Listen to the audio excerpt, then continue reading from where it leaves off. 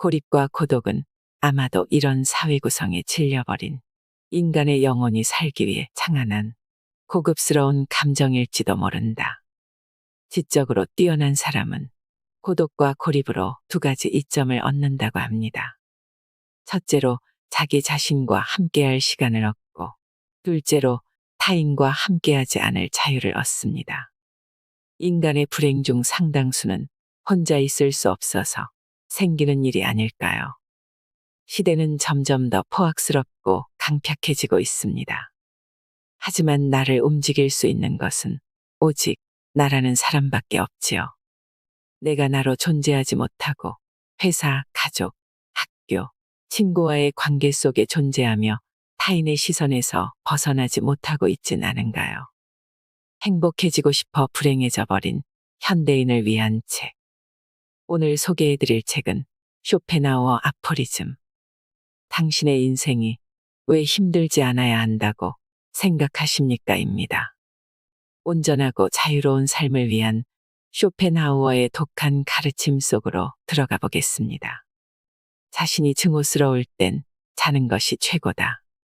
하루를 마치고 차분히 반성하는 시간을 갖는다. 지나간 하루를 돌아보며 반성하는 시간 속에서 얻어지는 감정은 결국 또다시 우울해진다. 나의 한계에 분노하고 타인에 대한 원망으로 불쾌감이 치솟는다. 그 마음이 나를 어둠 속에 갇히게 한다. 모든 원인은 피로 때문이다. 삶에 지쳐버렸을 땐 냉정한 반성이 불가능하다. 억지로 반성하려고 하면 필연적으로 우울이라는 덫에 걸려버린다. 지쳤을 땐 반성하는 것조차 피곤하다. 지나간 일을 되돌아보는 것도 지겹고 일기 같은 걸 쓰는 것도 괴롭다. 생활에 활기가 넘치거나 즐겁게 활동하거나 어떤 일에 흠뻑 빠져 집중할 때는 지나간 일을 뒤돌아보지도 반성하지도 앞으로 다시는 이런 실수를 하지 않겠다고 다짐하거나 계획을 세우지도 않는다. 반성하고 있다는 것은, 지나간 시간을 되돌아보고 있다는 것은 자신을 한심스레 여기고 있으며 타인을 증오하는 중이고 영혼과 육신에 휴식이 필요하다는 신호다. 이럴 땐 그저 쉬는 게 최선이다. 반성은 자기 혐오다. 자기 자신이 하찮게 느껴질 때 인간은 뭔가 반성할 만한 건수가 없는지 두리번거린다. 뭘 해도 기운이 나지 않을 때 인간은 무턱대고 반성하며 자아를 성찰한다. 그럴 바에야 아무 생각 없이 잠자리에 드는 편이 낫다. 자신이 증오스러울 땐 자는 것이 최고다. 도박도 기도도 명상도 도움이 안 된다. 여행도 도움이 안 되고 술을 먹어봐야 자기 혐오만 짙어질 뿐이다. 잘 먹고 잘 자고 일찍 일어나는 것이 자기 혐오를 극복하는 가장 좋은 해결책이다. 혐오스러운 오늘로부터 조금이라도 빨리 떠나는 것이 상책이다. 괴롭다면 평소보다 더 많이 먹고 평소보다 더 많이 자는 것 말고는 방법이 없다. 그리고 내일 아침 일찍 새로운 시작을 펼쳐나가면 되는 것이다. 내 안에 악마가 숨어 있다. 내 안에는 악마가 숨어 있다. 이 악마는 내가 느끼는 현재의 감정과 기분이 최선이라고 소곤거린다. 이것이 너에게 허락된 유일한 안식이라고 나를 세뇌시킨다. 나는 감정과 기분, 이 생태학적인 변화에 민감하다는 것을 알고 있다. 그러면서도 악마가 내 안에서 속삭이는 달콤한 이간질에 넘어가 쉽게 화를 내고 슬퍼하고 우울했다가도 다시 기분이 좋아지곤 한다. 이 악마는 나와 함께 인생의 고통스러운 장면들을 목격한 나의 일부다. 선과 악은 장소와 시간을 불문하고 공존한다. 이것은 신의 결정이다. 그 결정을 나는 번복할 수 없다. 다만 최선을 다해 악마의 목소리를 어떻게든 줄여보려고 시도할 뿐이다. 내 안의 악마는 나의 약점이 무엇인지 잘 알고 있다. 그는 나의 서러움이 무엇인지 알고 있다면서 저들이 지워버리고 싶은 너의 과거를 야비하게 비웃고 있다고 말한다. 그 음성을 듣는 동시에 나는 감정을 주체할 힘을 상실한다. 눈빛은 이글거리고 콧김은 발정한 황소처럼 거칠어진다. 상대방이 어떤 뜻으로 내게 그런 말을 했는지 생각해 볼 여유도 없다. 잠시 숨을 돌리고 내 감정을 다독거릴 기분도 아니다. 실컷 욕을 퍼붓고 난 후에야 어리둥절해하는 그의 표정이 눈에 들어온다. 그때는 이미 후회해도 소용없다. 가끔은 내 안에서 악마를 키운 장본인이 나였는지도 모르겠다는 의심이 들곤 한다. 폭발할 듯 분출하려는 증오의 용암을 대신 뿜어줄 또 다른 나를 찾았던 것인지도 모르겠다는 생각이 들곤 한다. 만약 그게 사실이라면 이 악마는 그동안 억울하게도 악마라는 이름으로 불려왔던 나 자신이다. 나라는 인간은 필요에 따라 나 자신을 악마로 만들어왔던 셈이다. 두려운 얘기다. 소름이 돋는다. 오늘처럼 내가 저주스러웠던 날은 없었다. 불성실한 행동, 타인에 대한 불순한 태도는 그 자체가 비록 아름다울지라도 결국에는 인생을 피폐하게 만든다. 사람은 자신의 위치를 깨달아야 한다. 우리는 선량한 삶을 살기 위해 태어났다. 더욱 선량해지는 것이 인간의 목표다. 그 같은 경지에 도달했을 때 육신을 붙잡고 늘어지는 온갖 종류의 욕망과 불만에서 벗어나게 될 것이다. 어떤 사람은 법을 통해 인간은 악으로부터 벗어난다고 말한다. 하지만 이 말은 틀린 것이다. 우리가 추구해야 할 삶은 강제성의 영향을 받아서는 안 된다. 내 안에서 우러나오는 진심만이 나를 인도할 수 있다. 법과 원칙에 따른 행동은 범죄를 저지르고 싶은 마음을 되돌리는 데 불과하다. 설령 그것이 불가능할지라도 우리는 죄를 범하고 싶은 마음조차 가져서는 안 된다. 그러기 위해서는 스스로 각성하는 수밖에 없다. 늙음의 덧없음. 나이가 들고부터는 무엇을 봐도 예전처럼 흥미가 일어나지 않는다. 재미난 사건을 목격해도 누군가에게 달려가 이야기하고 싶다는 욕구가 일어나지 않는다. 어느새 내 안에서 열정이 사라졌다. 그에 비해 세월은 점점 더 힘이 솟는 듯하다. 아직 이르다고 생각될 때 죽음이 찾아온다. 보통 사람들은 대부분 그렇게 생각한다. 하지만 이것은 망상이다. 죽음은 그에게 꼭 필요한 순간에 이루어진다. 어린아이가 어쩔 수 없이 어른으로 성장하듯 죽음은 우리 곁으로 다가온다. 행복은 희생을 동반하기 마련이다. 상실 없이는 기쁨이 없고 절망 없이는 진리에 대한 감지도 없다. 고통과 쾌락은 서로 꼬리를 물고 있는 두 마리 뱀의 형상이다. 한쪽의 고통으로 다른 한쪽의 고통이 시작되고 고통이 더해질수록 서로의 꼬리를 무는 힘도 강해진다.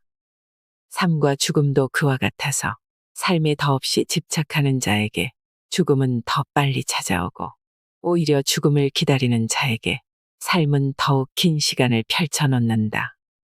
불명확한 인생에서 죽음보다 확실한 사실은 없다. 우리 모두에게 죽음이 찾아온다는 사실보다 명확한 전제는 없다. 죽음 앞에 놓인 인간의 운명은 오늘이 가고 내일이 올 것이라는 당연한 사실보다 해가 지면 어둠이 찾아온다는 눈으로 목격한 사실보다 겨울이 가면 따뜻한 봄날이 시작되리라는 부푼 기대보다 더욱 명확한 진실이다. 그러나 사람은 내일을 준비하고 어둠을 대비해 거실에 불을 밝히고 봄을 기대하며 두꺼운 털옷은 정리해도 내일 찾아올지 아니면 잠시 후 저녁에 찾아올지 혹은 내년 봄에 찾아올지 모르는 죽음에 대해서는 아무런 준비도 계획도 세우지 않는다. 우리는 항상 죽음을 떠올려야 한다. 그것이 우리에게 삶이 허락된 이유임을 깨달아야 한다. 우리는 죽기 위해 태어난 자들이다.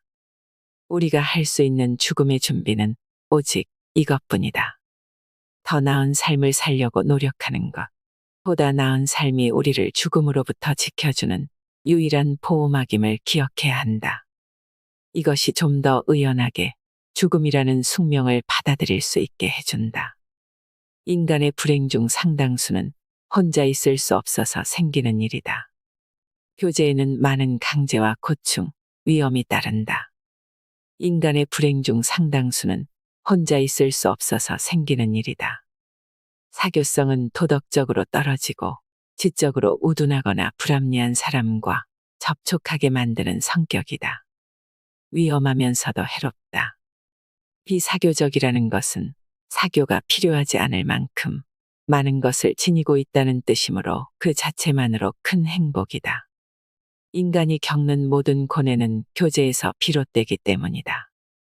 건강 다음으로 행복의 가장 중요한 요소인 마음의 평정이 사교 때문에 위험해진다.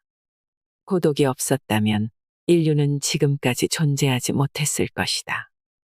음식을 절제하면 몸이 건강해지듯 사람과의 만남을 자제하면 영혼이 건강해진다. 문제는 인간이 고독에서 태어나지 못했다는 것이다. 인간은 이 세상에 태어날 때 혼자가 아니었다. 부모가 있고 형제자매가 있고 국가와 사회라는 공동체의 소유물로 탄생했다. 어쩌면 고독은 인간의 본성이 아니라 경험과 고뇌의 결과로 만들어진 관념일 수도 있다. 나와 다른 사람들과 교제해서 무엇을 얻겠는가? 사람들과 어울리려면 자신의 본성에 깃든 가장 저급하고 비열한 부분, 즉 일상적이고 비속하며 천박한 부분을 매개로 끄집어낼 수밖에 없다. 공동체는 말 그대로 공동의 가치관과 동질성이 있어야 하는데 모든 인간이 같은 수준에 도달하기 위해서는 그 집단의 정신 수준을 가장 어리석은 자에게 맞춰줄 수밖에 없는 것이다. 그러므로 사회성은 타인의 높은 수준에 맞춰 나를 끌어올리는 것이 아니라 타인의 가장 낮은 수준에 맞춰 나를 떨어뜨리는 행위가 된다. 공동체를 존속하는 가장 편리한 방법은 저급한 인격을 고상한 인격으로 교육하기보다는 고상한 인격이 저급한 인격을 흉내내게 만드는 것이다. 고립과 고독은 아마도 이런 사회 구성에 질려버린 인간의 영혼이 살기 위해 창안한 고급스러운 감정일지도 모른다. 나는 나로서 존재한다. 이 세상에 나 이상의 존재는 없다. 신이 존재한다면 그것은 신의 문제고 내가 존재한다는 건 오직 나만의 문제다. 나는 이 세상에 있고 싶다. 중요한 것은 바로 그 점이다. 쓸데없는 말로 그것이 나의 존재라고 설득당하고 싶지 않다. 내가 죽고 나면 내가 어떻게 되는지를 분명히 말해줄 수 있는 사람은 없다. 나는 낡은 계략에 속지 않을 것이다. 내가 나로서 존재하지 못한다면 불멸을 위해 나는 내가 가진 것 중 한 가지도 내놓지 않을 것이다. 나의 개성을 보증해주지 않는다면 그 무엇에도 소속되지 않을 것이다. 나는 완전하고 탁월하다. 나보다 더 뛰어난 개성은 없다. 다른 누구와도 나를 바꾸고 싶지 않다. 지금 내 모습이 어떻든 나이기 때문이다. 다수는 그저 많은 숫자일 뿐 많다고 정의가 되는 건 아니다. 인생의 진리는 없다. 삶은 어리석은 통화일 뿐. 그래서 나는 실망하지 않는다. 세상은 내가 틀렸다고 말하지만 그렇게 말하는 세상이야말로 내 눈엔 전부 실수와 오류투성이다. 오류와 허위로 둔갑한 것들이야말로 진실이고 진리와 신성으로 과장된 것들이야말로 진짜 오류다. 옳고 그름 따윈 없다. 다수는 그저 많은 숫자일 뿐 많다고 정의가 되는 건 아니다. 적음을 무능력하다는 편견으로 뒤집어 씌우는 것에 반대한다. 윽박질러도 따라가지 않겠다. 그것이 도덕이라고 외쳐도 듣지 않겠다. 여기가 내 한계라고 한다면 한계라는 사물을 결정하는 건 오직 나의 인식뿐이라고 가르쳐 줄 테다. 나는 내가 모른다는 것을 안다고 말하지 않겠다. 물론 나는 내가 모른다는 것을 안다. 하지만 모를 것도 없다. 인간은 결국 자기 자신만을 체험할 뿐이니까. 그러므로 나는 말하겠다. 나는 역사의 회방꾼이며 다른 사람이 책 한 권으로 말해야 하는 것들을 나는 10개의 문장으로 설명해 줄 것이다. 다른 사람이 말하지 않는 진실을 나는 한 권의 책으로 무한히 써내려갈 것이다. 나는 한 가지 사실만 잊지 않을 것이다. 새로운 인생을 창조하기 위해서는 새로운 이름과 새로운 평가, 새로운 개연성이 필요하다는 것. 이 모든 것이 내 안에 있다. 나만 힘들고, 나만 피곤하고, 나만 희생당한다는 착각. 새롭지만 전혀 새롭지 않은 정신질환이 유행처럼 번지고 있다. 바로 우울이다. 거리에 나가면 우울하다는 말을 입버릇처럼 되뇌는 자들이 발에 치인다. 정신과 의사들은 우울이야말로 가장 현대적인 질병이라고 정의한다. 우울은 말 그대로 정신이 우울해졌다는 뜻이다.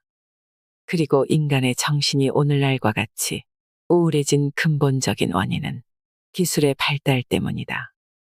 인간의 육체를 위해 기술이 발달할수록 인간의 정신이 우울해지는 이해하기 힘든 상황이 펼쳐지고 있다. 기술은 인간의 정신을 나약하게 만든다. 기술과 산업이 발달할수록 인간의 삶은 외형적으로 더욱 편리해지지만 안락한 삶에 도취된 인간은 눈앞에 어떤 문제가 나타났을 때 이성적 고뇌로 치열하게 싸워 극복하기보다는 이미 만들어진 도구를 써서 해결하려 한다. 현대의 우울함이 두려운 또 다른 이유는 그것이 특별한 증세를 보이지 않는다는 점이다. 우울의 덫에 빠져도 육체적으로는 힘든 일이 없다. 기술이 문명을 뒷받침해주고 있기 때문이다. 그래서 우울을 핑계로 얼마든지 나태해져도 그 게으름이 잘 드러나지 않는다. 또 우울하다는 변명으로 얼마든지 무감각해지는 것도 가능하다.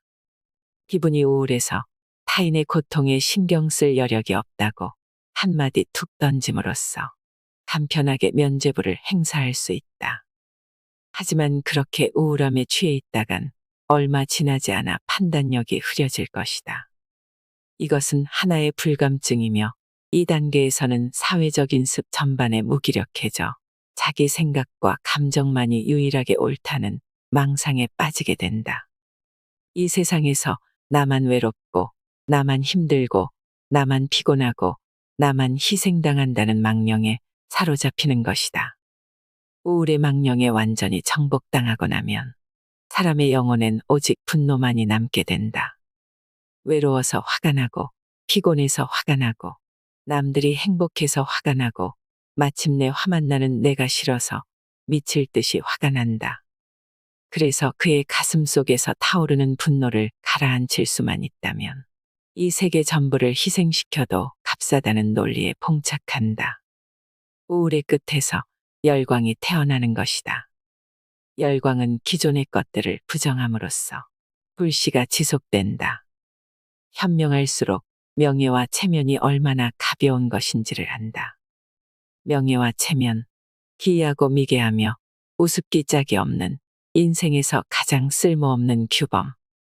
그것들은 인간의 본성과도 거리가 멀고 본질과는 더더욱 가깝지 않으며 정상적인 인간관계에서는 절대로 파생될 수 없는 편견의 악습이다.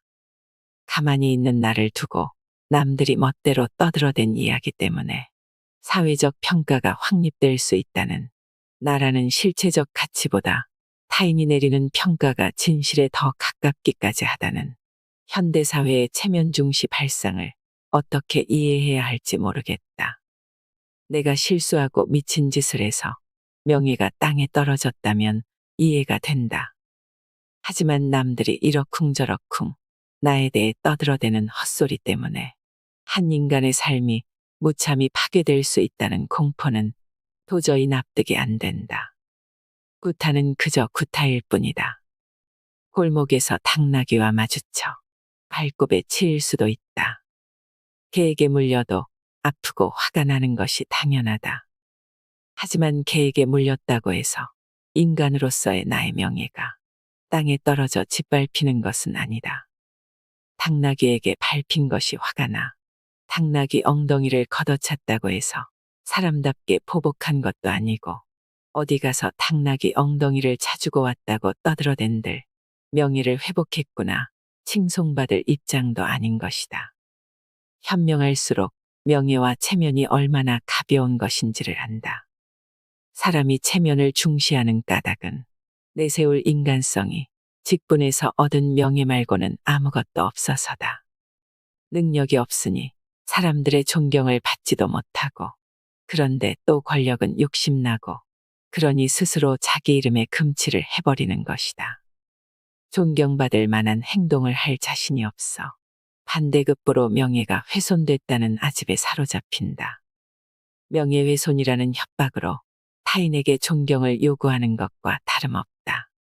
마치 온도계의 수온을 양손으로 꼭 움켜쥐어 수온이 올라가는 것을 보여준 뒤 내 덕에 방이 이만큼 따뜻해졌다고 주장하는 것과 똑같은 행태다. 이 시대가 타인과 평화로운 교제가 가능한 세상이었다면 명예는 지금처럼 훼손이라는 잣대로 고려되는 일은 없었을 것이다. 판단을 타인에게 의존하지 말라. 인간의 정신이 도달할 수 있는 정점은 판단이다. 판단을 타인에게 의존하지 않고 타인의 의사를 수용하지 않는 것. 그것이 인간 정신의 정점이다. 자기 스스로 결정한다는 것만큼 개체로서 완성도와 독립성을 보여주는 증거는 없다. 판단은 스스로 사색하지 않고서는 불가능하다. 제시된 의견을 비판하고 보완하고 새롭게 정립하는 과정이야말로 사색이라는 직관적 표상의 완성형이라고 할 수 있을 것이다. 한 가지 주의할 점은 판단과 권위를 혼동하지 말라는 것이다. 세상 사람들은 난제와 부딪혔을 때 권위를 따르면서도 의기양양하게 스스로 판단한 것처럼 착각에 빠지곤 한다. 권위를 갖춘 말을 인용했을 뿐이면서 마치 자신이 직접 고안해낸 결론인 것처럼 스스로를 속이곤 한다. 인간의 나약한 정신은 힘들게 자신의 이해와 통찰을 동원하기보다는 타인이 떨어뜨린 몇 마디 말을 잽싸게 주워 담아 아무도 없는 곳에서 몰래 삼킨 후에 배설하기를 즐겨한다. 세네카의 한탄처럼 인간은 스스로 판단하기보다는 누군가의 말을 믿고 싶어 한다. 그러므로 논쟁이 시작되었을 때 사람들이 주로 선택하는 무기는 누군가의 권위다. 그들이 보유한 무기는 따지고 보면 달코 다른 명성이며 우리 시대에 어울리지 않는 철진한 갑옷이다. 이런 자들과의 논쟁은 굉장히 소모적일 수밖에 없는데 자력으로 확보한 근거와 논리로 판단하더라도 권위에 취한 자들을 깨우기가 쉽지 않기 때문이다. 행복이란 단어를 제거하면 행복할 수 있다. 내가 청년들에게 해줄 수 있는 조언은 뭔가를 얻기보다는 뭔가를 제거하는 쪽으로 방향을 잡으라는 것이다. 돈을 벌어 부자가 되겠다는 생각을 버리고 가난하지 않겠다는 생각을 한다. 건강해지려는 욕심을 버리고 병에 걸리지 않겠다는 다짐을 한다. 즐겁게 놀기보다는 욕을 먹거나 비난받지 않도록 한다. 이것은 다분히 현실적인 생활 수칙이다. 이 수칙들을 지킨다면 작지만 확실한 성과를 거둘 수 있다. 머릿속에서 행복이라는 단어를 제거하면 이 수칙들을 좀 더 쉽게 지킬 수 있다. 인생은 불행해지기는 쉬워도 행복해지기는 어렵다. 행복을 포기하는 것은 위선도 아니고 절망도 아니다. 가장 현명한 선택이다. 그 선택이 지혜의 시작이다. 인생의 지혜란 어떤 일을 만나더라도, 어떤 사람을 만나더라도, 어떤 상태가 되더라도 크게 놀라지 않고, 크게 실망하지도 않고, 크게 기대하지도 않는 중용의 미덕이다. 크게 실패해도 크게 실망하지는 않는다. 크게 성공해도 크게 기뻐하지 않는다. 인생이라는 게 사실 크게 휘둘릴 만한 가치가 없기 때문이다. 승리의 횟수가 늘어날수록 외톨이가 되었다. 요즘은 어린아이들마저 가난을 죄로 여긴다. 가난을 죄로 여기는 사상은 사냥에 성공하지 못하면 그대로 죽어야 한다는 논리가 지배하는 동물들의 세계에서나 가능한 발상이다. 이 땅에서 가난하다는 것은 수치가 아니다. 그것은 죄도 아니다. 무능력과 태만의 결과도 아니다. 가난은 원석과도 같다. 이 돌 속에 어떤 보석이 숨어 있는지 아무도 모른다. 하지만 인간은 더 이상 원석을 사랑하지 않는다. 이 돌이 무거운 의무라도 되는 것처럼 어떻게 해서든 멀리 던져버릴 기회만 찾고 있다. 이 돌을 깎고 다듬어 인생을 아름답게 꾸며볼 생각은 하지 않고 아무런 수고도 없이 타인이 깎아 놓은 수고를 빼앗는 것만 계획하고 있다. 인간은 비겁해졌다. 많은 것을 소유할 수 있게 된 만큼 인간은 비겁해졌다. 가치를 몇 푼의 금화로 환산할 수 있게 되면서 인간은 비겁해지고 추해졌다. 문명화된 도시에서 살아가는데 필요로 하는 것은 진실을 판별해내는 특수한 능력이다. 이런 시대를 살아가려면 좋든 싫든 정의와 거짓을 구별해낼 줄 알아야 한다. 시대가 제공하는 갈등에 휩싸이지 않으려면 갈등의 결과가 아닌 원인부터 살펴봐야 한다. 당장이라도 시대를 둘러 쪼갤 것 같은 분쟁에 휘말려 재판관 앞을 서성이고 누구 목소리가 더 시끄러운지에 귀 기울일 게 아니라 싸움을 시작한 패거리들의 소속을 알아내야만 한다. 그것이 우리 시대에서 생존하는 비법이며 문명의 발전에 희생당하지 않는 비결이다. 부처는 밥을 지을 때도 온 정성을 쏟는다. 20살 이후 멈춰버린 몸의 성장을 대체하기 위해서는 정신의 성숙이 필요하다. 정신의 성숙이란 의지로서 마음을 만드는 것이다. 20년간 형성된 의지의 표상으로 이후의 삶을 살아간다는 것은 수학의 기본 개념만 깨우쳐도 불가능하다는 것을 알 수 있다. 인간에게 성장 이후의 성숙이 필요한 까닭이다. 이 성숙의 결과가 의지와 직결된다. 의지를 상실한 인간, 다시 말해 성숙에 도달하지 못한 인간은 축적된 의지를 허비하며 하루살이처럼 연명한다.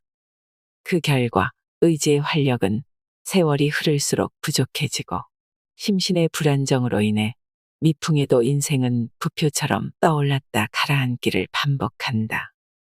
사소한 일을 목전에 두었다고 해서 우리의 마음조차 사소하게 만들어서는 안 된다. 이는 자신의 마음이 사소해지는 원인이다. 하찮은 것들은 삐뚤어져도 상관없다는 생각은 자신을 삐뚤어지게 만드는 추진력이다. 비록 하찮은 실천이라도 그 마음만큼은 존귀하다. 부처는 하다못해 밥을 지을 때도 정성을 다 쏟았다. 그 모습을 보고 제자가 부처에게 물었다. 사람이 어찌 이렇게 살 수 있습니까? 무슨 수로 그 모든 일에 열심을 다 한단 말입니까?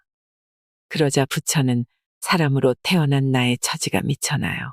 천한 일도 마다할 수 없기에 마다하지 않는 것뿐이다라고 대답했다. 성인으로 추앙받는 부처도 그리하였거늘 보통 사람에 불과한 우리의 삶이 경중을 따져 의지도 경중으로 나눈다는 것은 마음의 병, 다시 말해 의지가 병들었다는 것이 된다. 성소처럼 하찮은 일은 내 인생과는 아무런 상관이 없다고 믿어버리는 것이 보통 사람의 일생이고 성소일지라도 최선을 다한다면 겉만 닦고 끝나는 게 아니라 나의 내면과 정신이 닦여져 인생이 더욱 풍요로워진다고 믿었던 것이 성현들이 보여준 불굴의 의지다. 이를 뒤집어 생각했을 때 하찮은 일에도 최선을 다하는 것은 의지의 출현을 연습하는 중요한 행사라고 할 수 있다. 일생일대의 대사건이 발생하기를 기다리며 힘을 비축하는 것은 말이 좋아 비축이지 방관에 지나지 않는다. 과거의 성현들은 하찮은 일에도 최선을 다했기에 큰일이 닥쳤을 때 이를 두려워하지 않고 자신의 의지를 관철할 수 있었다. 죽음마저도 자연의 일부이다. 우리의 인생이 낮에 잠깐 꾼 꿈과 같다면 우리가 태어나기 전과 죽은 후에 펼쳐진 무수한 시간은 끝나지 않은 기나긴 밤과 같다. 겨울을 앞둔 곤충의 삶을 관찰해보자. 어떤 녀석은 동면을 대비해 굴을 파고 어떤 녀석은 내년 봄의 부활을 위해 고치가 되기도 한다. 그리고 곤충 대부분은 겨울과 함께 찾아온 죽음의 신에게 안겨 영원히 수면에 들어간다. 그 전에 적당한 곳에 알을 낳는 것으로 태어남의 의미를 확인한다. 이것이 자연의 법칙이다. 자연은 삶과 죽음이 본질적으로 차이가 없다는 것. 죽음이 삶을 위태롭게 만들지 않고 삶이 죽음을 비굴하게 만들지 않는다는 것을 가르쳐 준다. 곤충이 알을 낳고 동면에 들어가는 것과 알을 낳고 그 밑에 사체로 쓰러져 다음에 봄에 태어날 새끼들에게 먹이로 공급되기를 희망하는 것은 밤에 내일 입을 옷과 먹을 음식을 준비하는 인간의 생활과 다를 바 없다. 우리를 둘러싼 거대한 자연은 개체의 삶과 죽음이 자신과 관련이 없으며 특별히 관심을 가진 적도 없다고 말한다. 그 증거로 동물과 인간의 생명은 사소한 우연에 맡겨져 어이없이 죽어간다. 자연은 우리를 낳은 부모인 동시에 우리를 죽음으로 몰아가는 최대의 위협이다. 우리의 삶과 죽음은 이 거대한 자연에게 아무런 영향도 미치지 못한다. 우리의 죽음에 자연이 상심하는 법은 없다. 우리의 죽음마저도 자연의 일부이기 때문이다. 나뭇잎이 계절에 따라 순환하듯 우리도 살고 죽는 문제에 구애받지 말아야 한다. 인간에게 해줄 수 있는 말은 오직 이것뿐이다. 나의 탐구가 가져다 준 가장 큰 결실은 쇼펜하우어였다. 그는 우리를 둘러싸고 있는 고통과 고난에 대해서 처음으로 이야기한 사람이다. 프리드리히 니체는 내가 철학자가 된 계기는 쇼펜하우어의 책을 읽었기 때문이다 라고 말했습니다. 쇼펜하우어의 철학을 대표하는 두 단어는 고독과 권태라고 하지요. 인간에게는 자기만의 말이 있습니다. 그 말이 나의 철학이 됩니다. 늘 마음속에 그 말을 간직한 채 살아가기 때문입니다. 어디를 가든 누구를 만나든 시간과 장소에 구애받지 않고 그 말을 혀와 몸과 의지로 표현하며 살아갈 수밖에 없습니다. 어떤 사람에게 그 말은 하나의 단어일 수도 있고 문장일 수도 있고 책 한 권이 될 수도 있습니다. 어쨌든 한 가지 분명한 사실은 이 말이 그의 전부라는 것입니다. 당신을 표현하는 말과 그 속에 담긴 철학은 무엇인가요? 철학은 삶의 용기와 결단을 줍니다. 그리고 삶은 우리에게 철학을 통해 정신의 여유를 보상합니다. 그래서 철학이 가장 필요로 하는 것은 여유로운 마음가짐이지요. 오늘도 편안하고 여유로운 하루 되시길 바랍니다. 이상으로 인생의 품격이었습니다. 하루하루 당신의 품격이 더 빛나길 바랍니다.